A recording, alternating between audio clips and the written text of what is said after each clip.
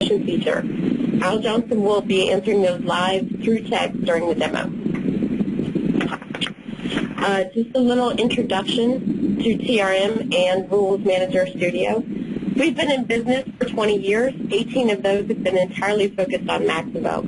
So we're considered one of the most experienced Maximo partners you can find in North America. And we also offer high-performance cloud for Maximo, so a Maximo solution in the cloud, and we bundle ours with RulesManager. So what is this RulesManager Studio? It's a software add-on for Maximo with tons of functionality. Our cornerstones are configurations, operation control, and a performance management solution for Maximo. What it does for our customers in general is it greatly reduces the time, risk, cost, and complexity across the life cycle of Maximo. So with this webinar, since Maximo 7.5 came out, people were wondering, where does RulesManager fit in, and what can RulesManager do that Maximo 7.5 cannot do? And that's exactly what Andy's going to show us over this demo. And with that, Andy, I'm going to go ahead and make you presenter so you can share your screen.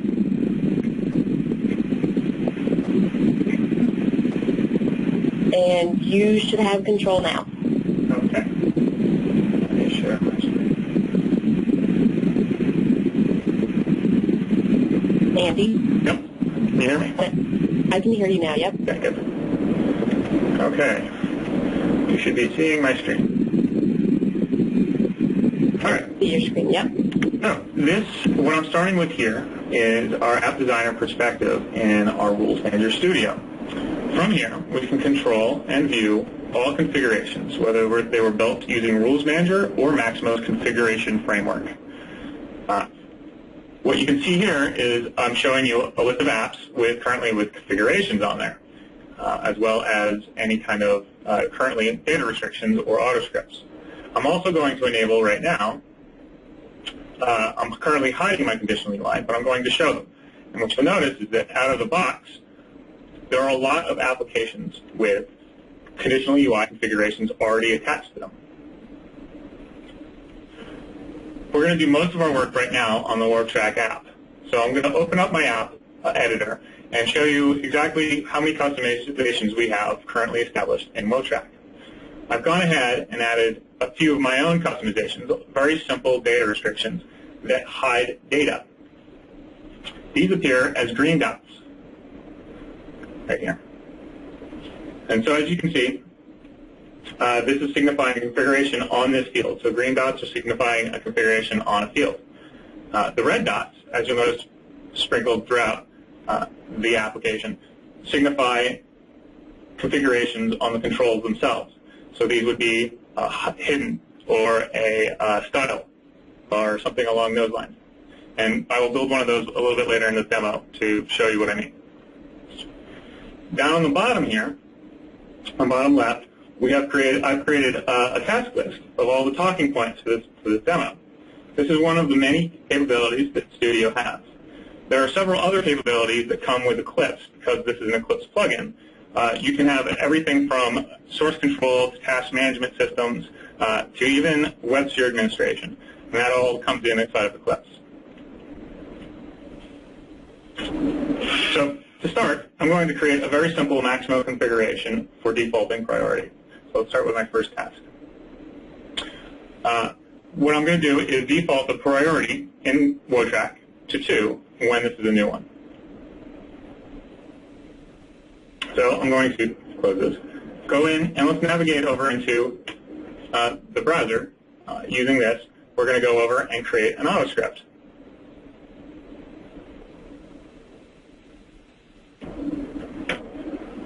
Right now I have no auto scripts currently set up. So to create one, what we're going to do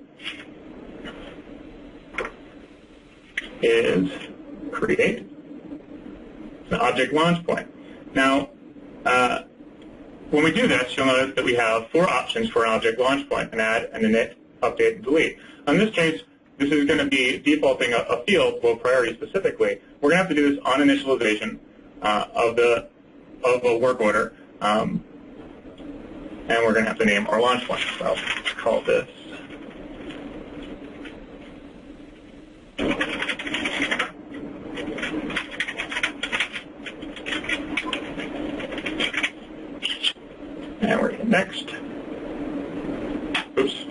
worker object.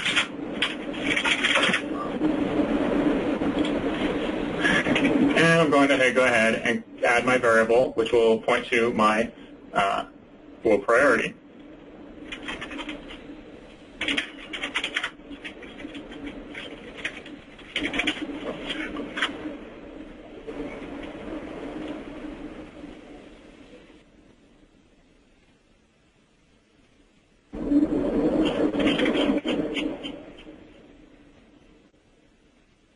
You'll notice that I'm using a lot of the assistance that comes with an out-of-the-box Maximo screen. So this is the Maximo configuration framework. And I'm also going to set my language to JavaScript because that's what I prefer right now. One of the beauties of Maximo's autoscripts is that you can choose your own language. So they have many languages. Python and JavaScript are the two big ones. And we're going to call this default score.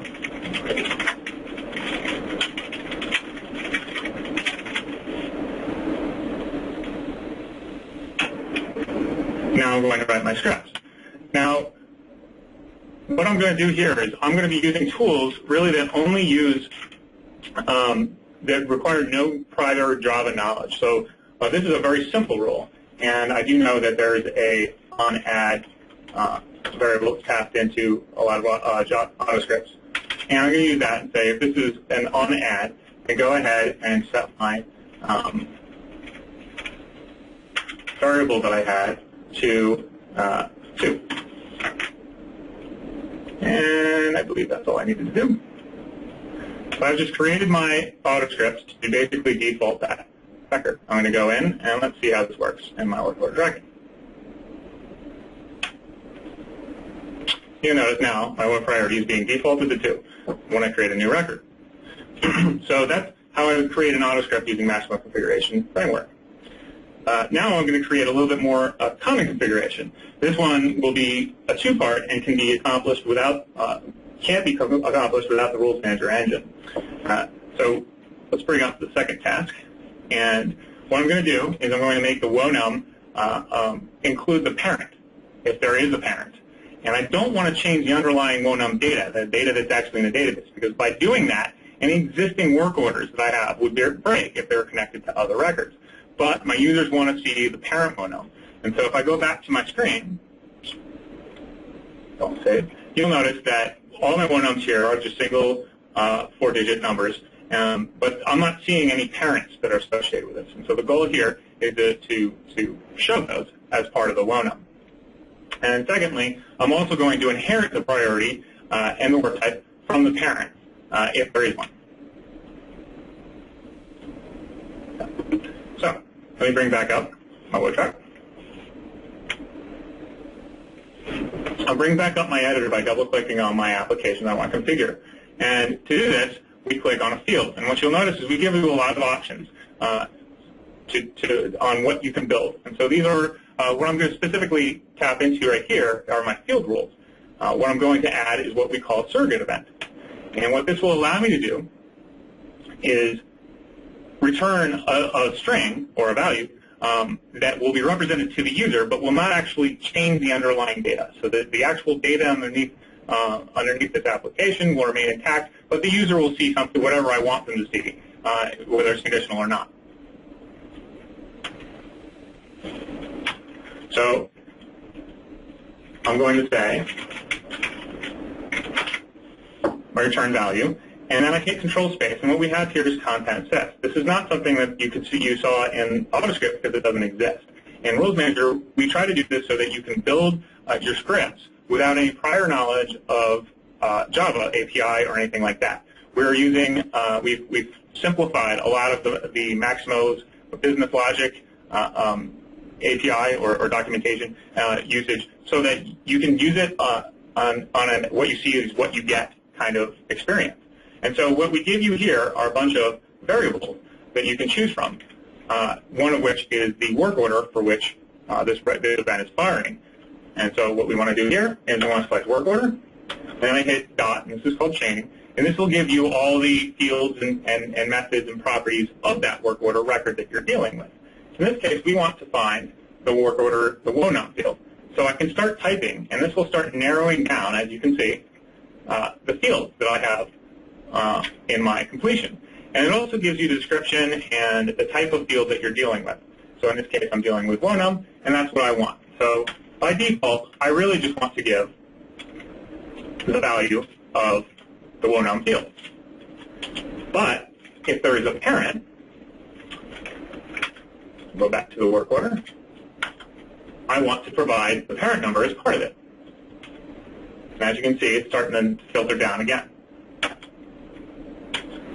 And let's see if this has a value. And so as you can see, I've got an is null property on this field. My parent is not null. And this is basic JavaScript syntax, which you'd have to use if you were going to do any kind of configuration in Maximo. I'm going to add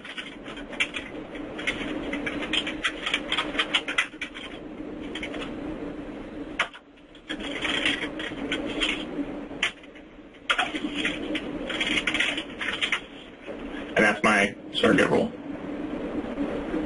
Great. And secondly, well, let's first go ahead and make sure that this worked.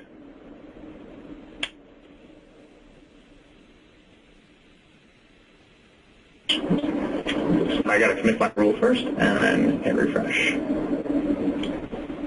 And go in, hit rules enter, hit refresh. And you'll notice now that we have a couple of work orders on here that already have attached their parent numbers, so that you've already noticed that your list page has changed. But I haven't changed the underlying data. The second part of this is to make sure we inherit the priority and the work type from the parent if it's been set. So what I'm going to do is now add an onChange rule. This is, I find my field on my screen, and I select new field rule and say onChange.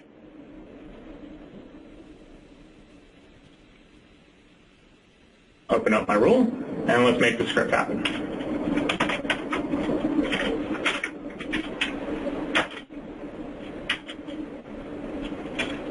And there's a property on each record that tells you whether this record is new.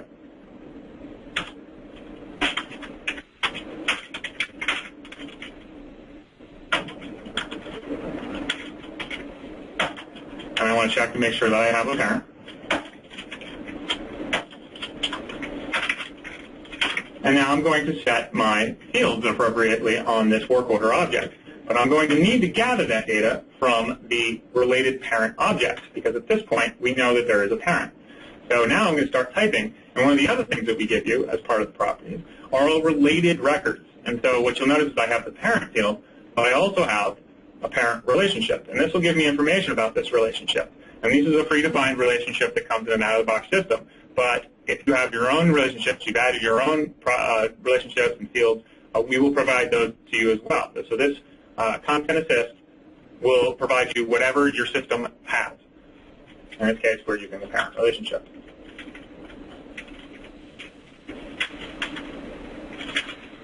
And I want to get the row priority from my parent. And I want to set that. I want to set my work order row priority to that value. And I'm also, for good measure, going to do the same thing for work type.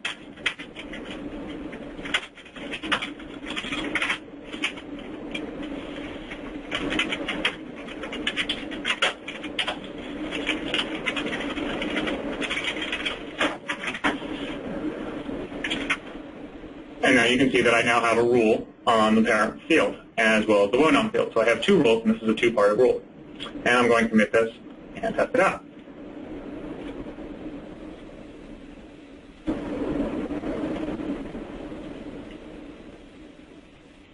I'm going to create a new record, and you'll notice my JavaScript is still firing. I'm going to go ahead and set my parent work order to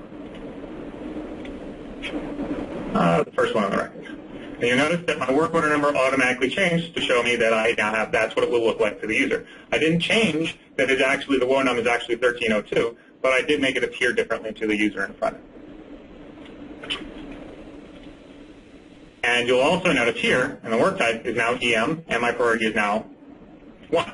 And that's because I'm now inheriting that when I set it from in the field. I now inherit it, and that's how easy it was for me to create that rule. Let me go ahead and mark this completed. This one's completed as well. Might as well do that. And we'll go on to our next task.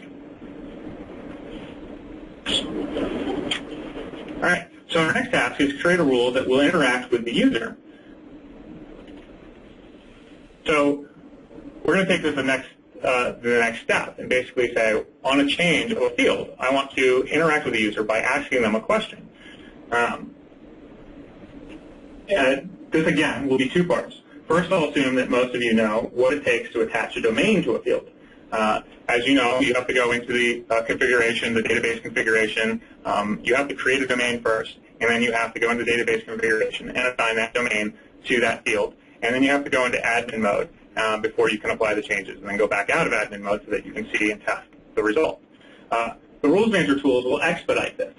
So what I'm going to do is use the tools in Studio to basically create this domain. And then on top of that, I'm going to add an on-change rule that will ask the user if they want to set the risk to high if they set a certain field. So let me go back, and this is the field that I'm going to choose. So risk assessment is the one I want to choose. And let me open up my editor here, and go ahead and find my field on the screen and assign it.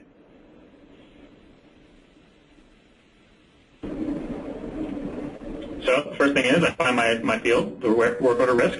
I'm going to create a new field. I'm going to do a value list. This is a domain, or a value list. So this new event is called a value list. We're going to open that up. And using our editor, which is highly customizable, or it can be very simple. In this case, we're making it very simple. I'm going to set my title.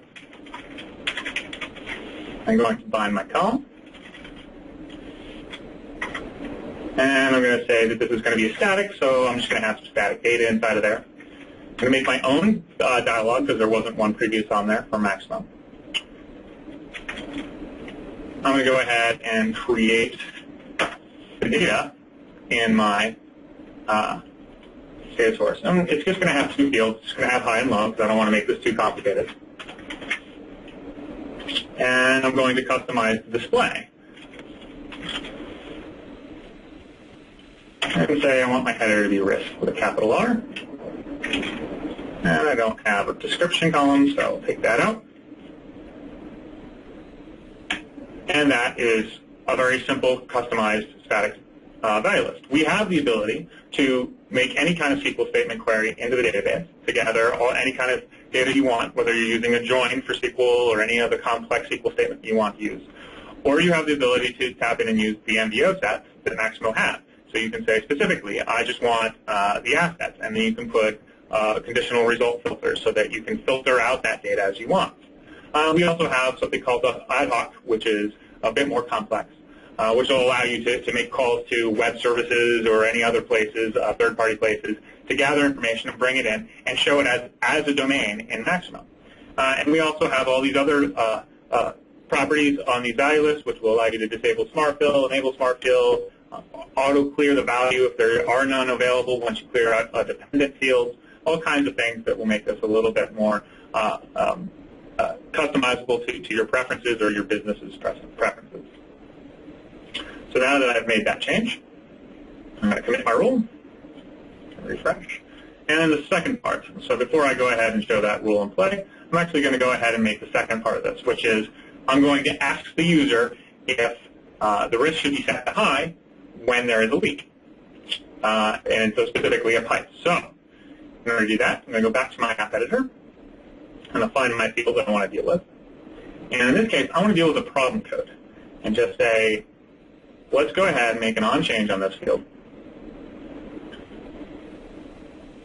As it shows up now, I can go ahead and edit my on-change. And I'm going to start writing a rule. This basically says, if, hit control space, get my content assist, I'll notice that I'm given the problem code that I'm changing. If my problem code equals leak and control space, and the first object that comes up is browser. And as you can note from the description, the browser object gives you access to the current user's browser. I can use this browser object to interact with the user. I'm going to ask the user. And there are many things that I can do on here, but one of them is ask. I'm going to ask the user a question and see if they answer yes or no. And I'm just doing a very simple question.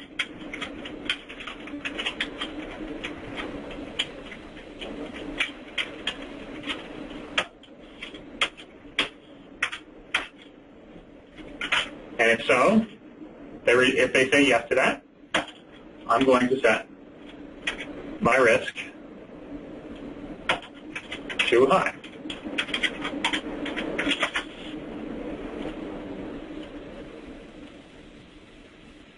And now let's commit that rule. And let's go test it out.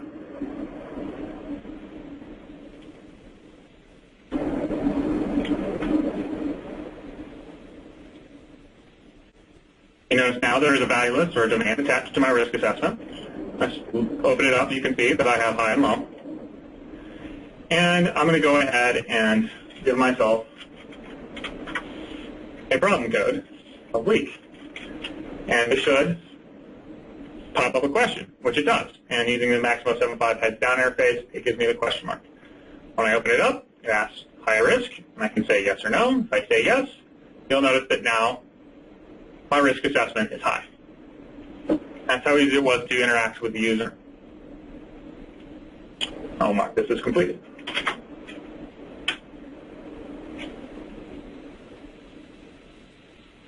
And I actually did this one too. I had to.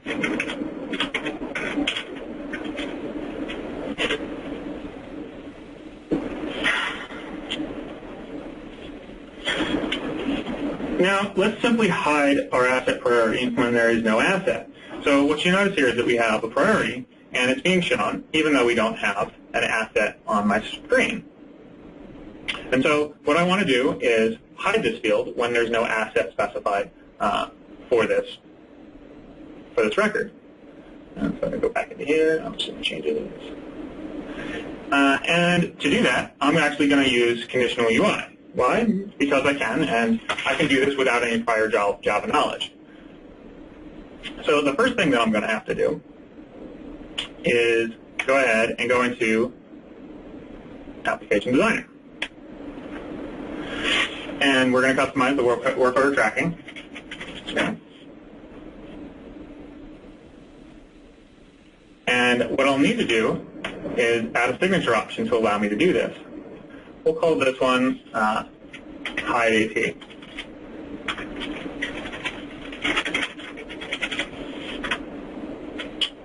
And this is so that I can attach it to a condition. Save this. Now I'm going to need to go into my security and make sure that I grant it. And I'm going to do this from my group so that I can actually see this. But you have to assign this to a group. Find my work order tracking and find my newly added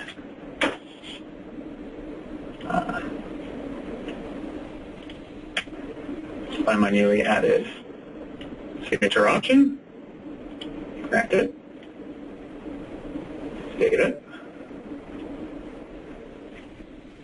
And go back into my application designer. Hopefully I'm not going to go too fast for everybody here. Sometimes the screens don't follow or keep up, and I'm trying to move fast on this so that we can get through this and get everything in the amount of time that I have. So I'm going back to work order tracking. I'm going to find the field that I want to hide, which would be my asset load priority. So my properties.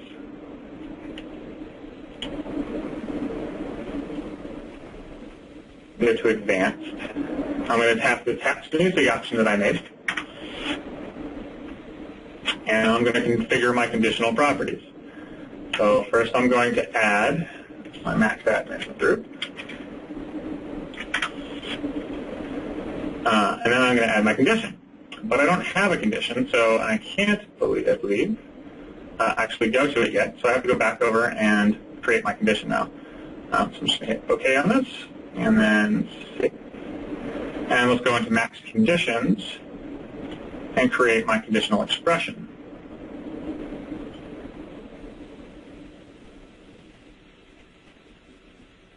Great. So let's create a conditional expression. And my expression is going to be for the work order object. I'm going to say when my asset num is null, and also for good measure, I'm also going to say my location is null.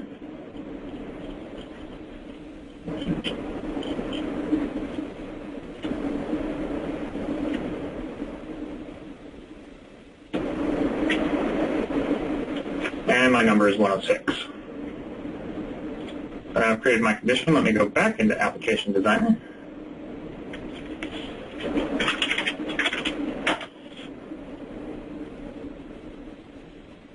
Find my field again.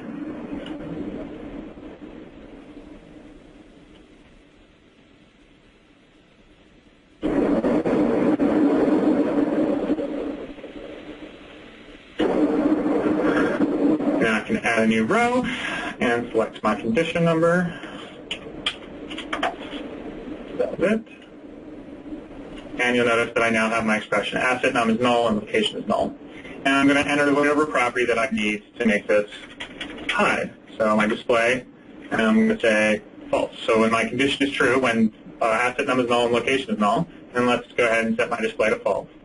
And when it's false, I make this my display true, and then show it.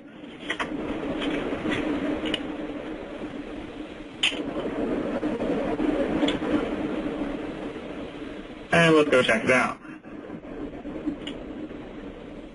First, let's make sure that it's not hidden when I go in here.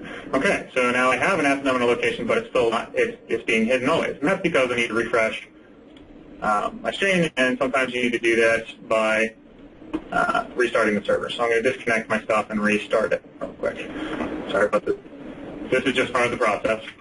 And luckily I have a fast server, and so this will bring out, once this starts up, I'll reconnect and go ahead and make sure that that conditional UI is hiding.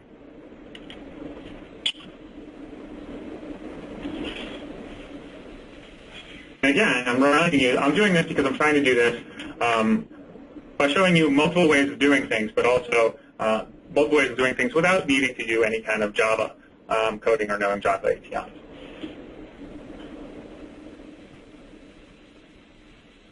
So specifically, one other way to make sure that we're using conditional UI in this case. And now it's running, so let me connect.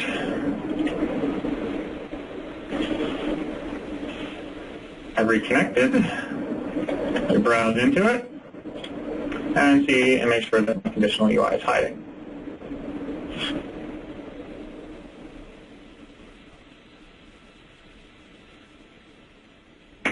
And it's first time coming in, so it's got to cache a bunch of stuff. Okay. And I'm going to go to my 604 and make sure that it's not hiding. Good. I can see my asset location priority. If I create a new record, it is now hiding, and that's because it is null. So let's go ahead and complete this task. Now, to contrast that, I'm actually going to open up work order tracking editor, and I'm going to just hide my scheduling information, and that's this entire section, which already has some data hiding, or data restrictions, I should say, rules written on it. You can see those the green dots. But I'm actually just going to hide this, and I'm going to say, let's hide this if I don't have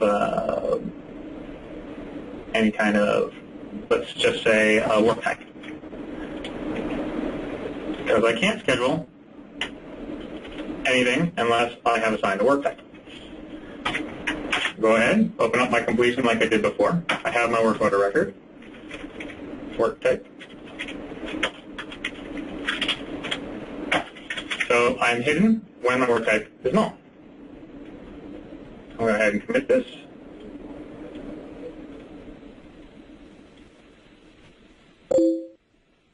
Go back into my app.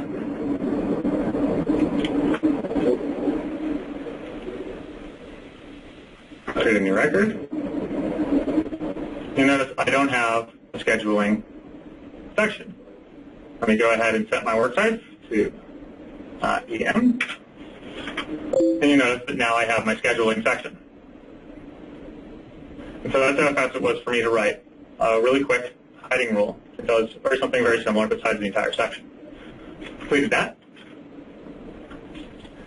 And lastly, I'm also going to say, you know what, for convenience purposes, let's go ahead and make it so that my tab, whenever I create a new record to come into here, you'll notice that my focus is originally on the work order number. Well, for the sanity of my users and to make them more efficient, I'm actually going to say let's start our focus on the priority field because that's more important. And then we'll go to the work type, and then we'll go back to the WONUM. And so to do this,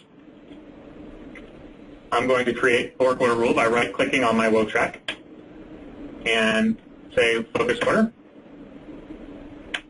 Open up my app wizard. And I'm going to say priority is my first focus, work type is my second, and then we'll end up at work order. WONUM. Save this. Commit it. Refresh. And let's go back in and test my rule. And you notice now my priority is the first focus, and so I can immediately start typing. So this maximizes the efficiency of my users. Reduces the amount of clicks is what you like to say in the business. And then when I hit tab, I'll go to the next field which I specified, which is work type. Then I'll end up back at WONUM and go back to the default tab order.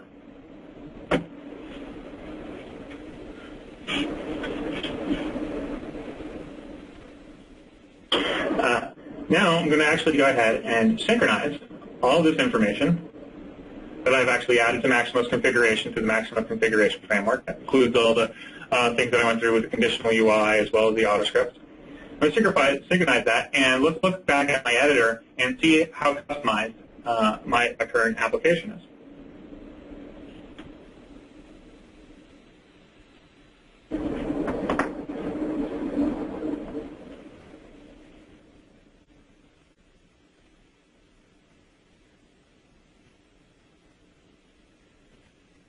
It always takes a minute sometimes, depending on how fast you restart your server. And when I open up my WO track,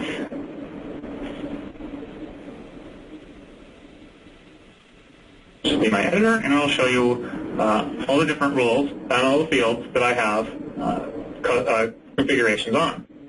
So you can see all the green dots denoting that I have fields with configurations, the red dots for controls, as well as my focus order, and even the controls which are sections or tables, I also have those. Any number of these, if I click on them, I can edit them if they have one or add new ones. And on the left-hand side, you can also see my on init rule, and this was the AutoScript I had written. When I open this up, it brings me the editor. It shows me the script that is this on init, which is the if on add, my view priority. And I can also click on a button to allow me to edit this directly in Maximo. And I'll give you all the fields that also have customizations. This includes all of my hidden, as well as any other Rules Manager engine rules that I've had added as well. Now let's take this to the next step and analyze our configurations. We're going to analyze the performance of the configurations. Using the Studio tools, we can check to see that all our configurations are performing well and not hindering our system. And this is really important before you go. It's a crucial step, actually, before you go into a production system. So I'm going to open up my operations console. This is our operations perspective. And I've already got my connection made. I'm going to select the application server in my cluster that I want to deal with. And first thing I'm going to do is open up my MBO monitor. This is a graph over time, which will allow me to analyze any memory that's being utilized. This is especially useful if you're dealing with load testing. Load testing is a bear. And oftentimes you just have to sit there and watch your logs in order to see what's going on with your memory and stuff like that. We provided a graph over time that will analyze this and show you as your number of MBOs, or the records in memory, is what that is, goes up, as well as your JVM usage. So you can watch to see if your JVM is increasing rapidly or not. This graph will help me basically tell if there's a rogue configuration that I've just added that reads an enormous amount of data and thus impacts our system. There isn't going to be, because I really haven't added anything in this demo that would do that, but it's useful to have up. What I'm also going to do is I'm going to record my configuration activity during the next few steps. So up here, this allows me to record the configurations that I just added and the activity that I have.